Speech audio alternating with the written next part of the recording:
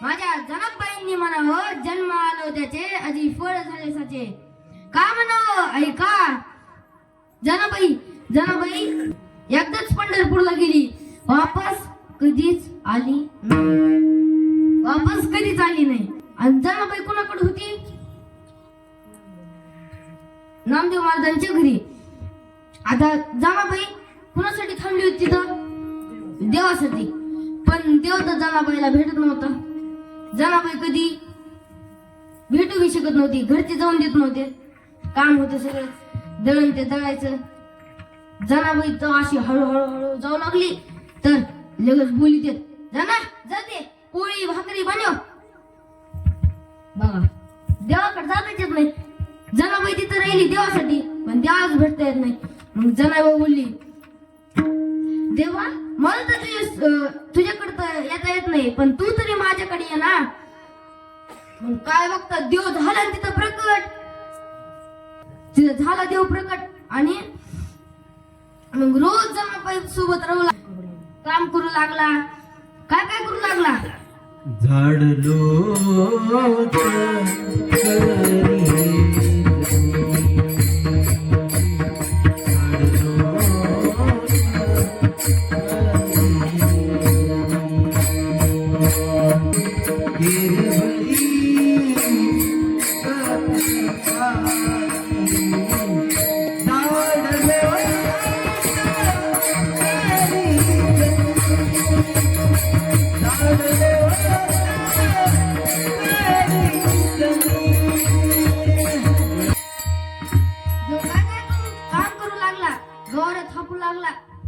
तेव्हा जनाबाई गौर थापत होती ना देव असं उभा राहायचा जमा कर चांगलं कर मग जनाबाई बोलली हा मला बोलतो कर चांगलं चल तू बी कर मग काय बघता देव बोलू लागला ना अरे मी जना मी कसं करू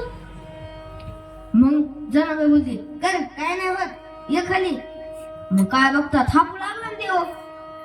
आजूक जनाबाईच्या डोक्यात वाळ झाले ना असे काढायचा कुचुंबरच काढायचा असं आतमधून तुकडाच काढ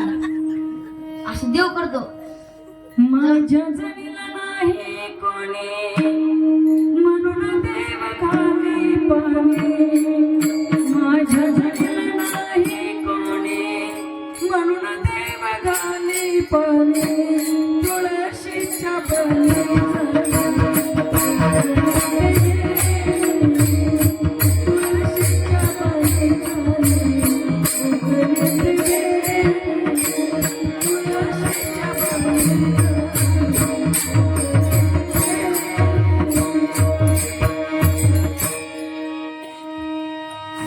उवा काढायचा कुचुंबरच करायचा असं करायचं असत मृदंगाच्या वाऱ्यांसाठी लय भारी मारली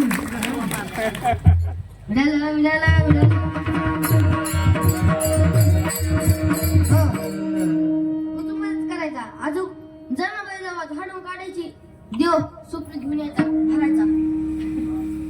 काय करायचा भरायचा आणि देव तिथंच थांबतो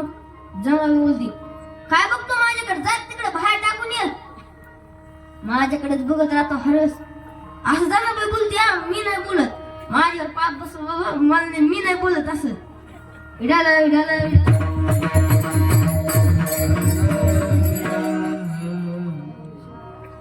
जनाबाई देवाला शिव्या घालायची काय घालायची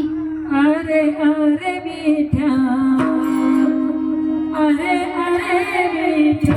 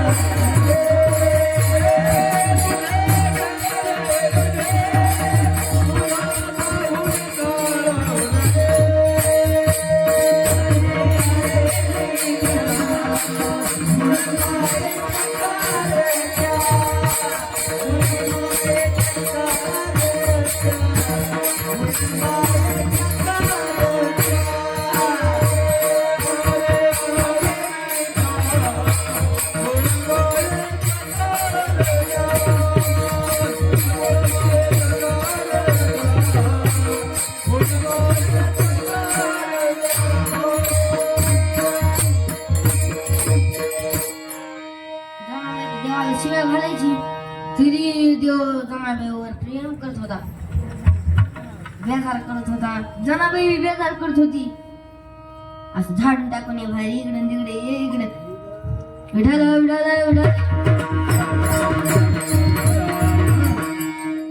माझ्या जनाबाईने म्हणावं, जन्म आलो त्याचे आधी फळ झाले सचे.